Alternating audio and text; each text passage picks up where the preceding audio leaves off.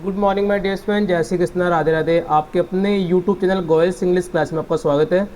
आज हम 10th class 6 continue कर रहे हैं और ये जो 10th के जो भी सेशन आपके लिए मैंने अवेलेबल कराए 1 to 5 को आज 6 कंटिन्यू कर रहे हैं। पर ये सारे जितने भी अपकमिंग एग्जाम्स है, चाहे वो हाई कोर्ट LDC आपका, RPC LDC है, जूनियर अकाउंटेंट है, स्कूल लेक्चर फर्स्ट ग्रेड है, second grade, REET level first second main, जितनी भी तमाम एग्जाम SSC बैंक ऑल इंडिया, उन सब के लिए बेनिफिशियल होने वाला है। तो स्टार्ट करते हैं फर्स्ट एग्जाम्पल।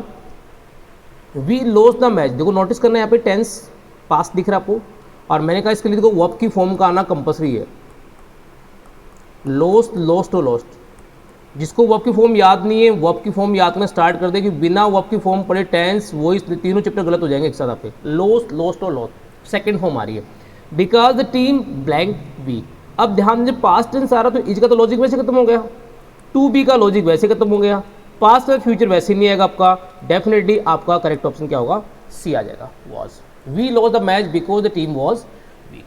क्लियर दोस्तों? तो हमें पूरा लॉजिकली क्वेश्चन देखना है, रूल्स में कम जा करके, और मैं रूल ज़्यादा याद भी करने के लिए नहीं बोल रहा आपको, बस लॉजिक देख लो। पास्ट टेंस आ रहा तो ऑब्वियसली पास्ट से कनेक्ट करना है इसको आपको। Seema had already decorated the room before. देखो ध्यान देना, मैंने प्रीवियस क्लास में आपको प्रीवियस सेशन में बिफोर का कंसेप्ट बताया था आपको कि बिफोर के बाद सेकंड फॉर्म यदि होती है तो बिफोर पहले हैड भी 3 होता है, और बिफोर पहले यदि हैड भी 3 होता है तो बिफोर के बाद वर्ब की सेकंड फॉर्म होती है। चेक कर लो, जो यहाँ कम्स तो वैसे कट हो गया आपका, पास्ट के साथ प्रेजेंट पॉसिबल नहीं है। हाँ, सी कट हो गया आपका, हैड कम दोनों साइड परफेक्ट वैसे पॉसिबल नहीं, क्योंकि यहाँ पे क्या हुआ, एक काम पहले और एक काम बाद में होता है आपका। दो एक्टिविटी, एक काम पहले और एक काम बाद में, और बाद में कोई काम होगा तो ऑब्वियसली आपका राइट आंसर क्या होगा? यहाँ पे बी ऑप्शन आ जाएगा, केम आ जाएगा, सेकंड फॉर्म आ जाएगी आपकी। क्लियर दोस्तों? बिफोर और वैन का फंक्शन सेम ही है। बिफोर में ये फंक्शन लागू होता है, वैन में भी ये फंक्शन लागू होता है आपका। नेक्स्ट भी देखो थर्ड एग्जांपल।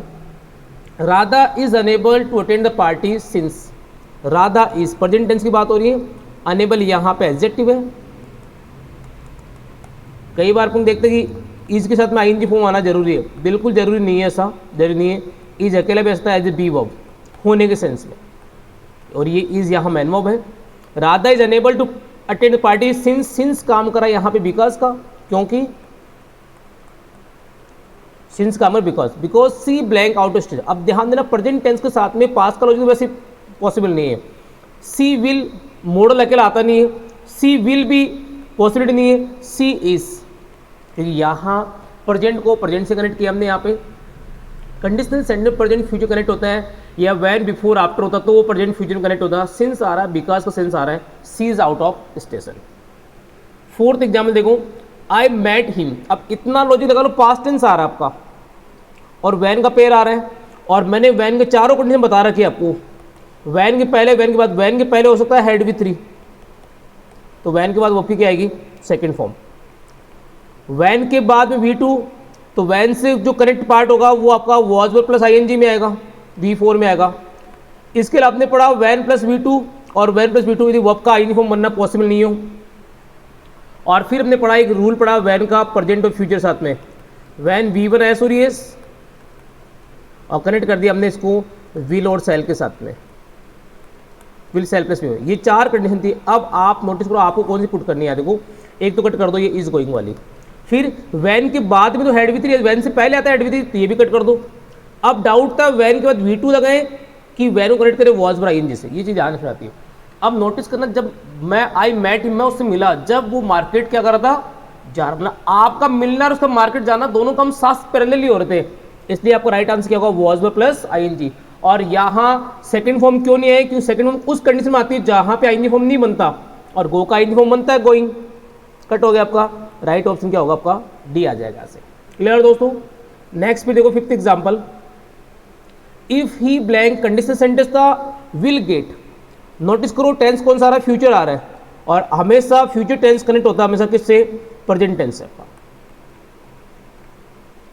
और पास्ट टेंस कनेक्ट होता है हमेशा पास्ट से आपका। अब इतना पता लगा फ्यूचर यदि आ रहा है तो कनेक्ट करना प्रेजेंट टेंस से, ऑप्शन कट कर दो। फ्यूचर फ्यूचर वैसे नहीं आएगा, पास्ट रेन सेकंड फॉर्म वैसे कट हो गई, हैड रन कट हो गया आपका। डेफिनेटली आपका राइट आंसर क्या होगा? रन्स प्रेजेंट सिंपल टेंस आ जाएगा, और प्रेजेंट कनेक्ट होता है हमेशा फ्यूचर टेंस से आपका। नेक्स्ट भी देखो six example. There blank 400 people in the hall now. अब देखो यहाँ नाउ आ रहा है, पास में लॉजिक वैसे खत्म हो गया आपका, वॉज और वर्ड तो वैसे कट हो गया। फिर बात हो रही है 400 पीपल की। कहीं ना कहीं ये क्वेश्चन आपका सब्जेक्ट वो एग्रीमेंट का भी पार्ट अपने आप में, क्योंकि देयर के बाद इज और आर दोनों आते हैं। देयर के बाद ये क्वेश्चन टेंस भी बेस्ड ना होकर क्वेश्चन था सब्जेक्ट एग्रीमेंट का, बट इसको टेंस में पूछते हैं हमसे एग्जाम के अंदर। There blank 400 people, there is there are दोनों पॉसिबल है। अब कॉमन सेंस वाली बात है, पीपल प्लूरल होगा तो देयर इज कैसे आएगा, 400 लोगों की बात हो रही है, देयर आर।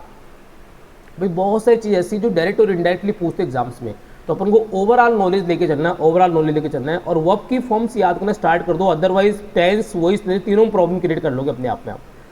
7th एग्जाम्पल देखो, I try to learn English 4 years, tried past tense आ रहा है यहाँ पे, बट आई ब्लैंक डैश। अब देखो ध्यान देना, अकेला नोट तो आता नहीं कभी, ऑप्शन इस तरह दिए इसके। अब इस सेंट कहीं भी रूल की जरूरत नहीं आपको। फिर बात आती है आई के साथ में हैज, वैसे नहीं आएगा, कट कर दिया अपने। फिर बात करें हैव नॉट सक्सीडेड और have not succeed, succeed first form होती है। बहुत सारे लोग आज भी इसको स्टूडेंट सेकंड थर्ड फॉर्म समझते हैं, सक्सीडेड सेकंड फॉर्म और सक्सीडेड थर्ड फॉर्म। इसलिए मैं बार बार आपसे एक ही बात कहना चाहूँगा कि वर्ब की फॉर्म याद करना स्टार्ट कर दो, अदरवाइज प्रॉब्लम क्रिएट हो जाएगी, कोई मतलब निकलेगा आपका। और सक्सेस नाउन होता है, मोस्ट स्टूडेंट आज भी सक्सेस को वर्ब की फर्स्ट फॉर्म काउंट करते हैं और वो सक्सीड को सेकंड थर्ड काउंट करते हैं, क्योंकि सक्सेस नाउन है, सक्सीड वर्ब की फर्स्ट फॉर्म है, सक्सीडेड सेकंड फॉर्म और सक्सीडेड थर्ड फॉर्म आपकी। क्लियर दोस्तों? अब देखो हैव नॉट सक्सीड कट हो गया ऑप्शन आपका, तो वर्ब की थर्ड फॉर्म चाहिए में, डेफिनेटली राइट आंसर क्या आएगा, बी। अब इस सेंटेंस में कहीं भी रूल की रिक्वायरमेंट थी, ऑप्शंस खुद ही बता रहे हैं कि डेफिनेटली कट हो रहे हो। ए कट हो गया, सी कट हो गया, डी। बट मैंने कहा टेंस में प्रीवियस सेशन में बताया आपको, टेंस का बेसिक रेडी करो, किस टेंस में किस सब्जेक्ट साथ क्या फॉलो करते हैं, आई किसको लेता है, ही किसको लेगा, सी किसको, किस टेंस में क्या यूज़ करते हैं, थर्ड फॉर्म कहाँ पे लगाते हैं, हैज है कहाँ पे आएगा, नोट बेसिक कॉन्सेप्ट तैयार करो, इससे इजीली ऑप्शन कट करने में सुविधा रहेगी आपको एग्जाम में।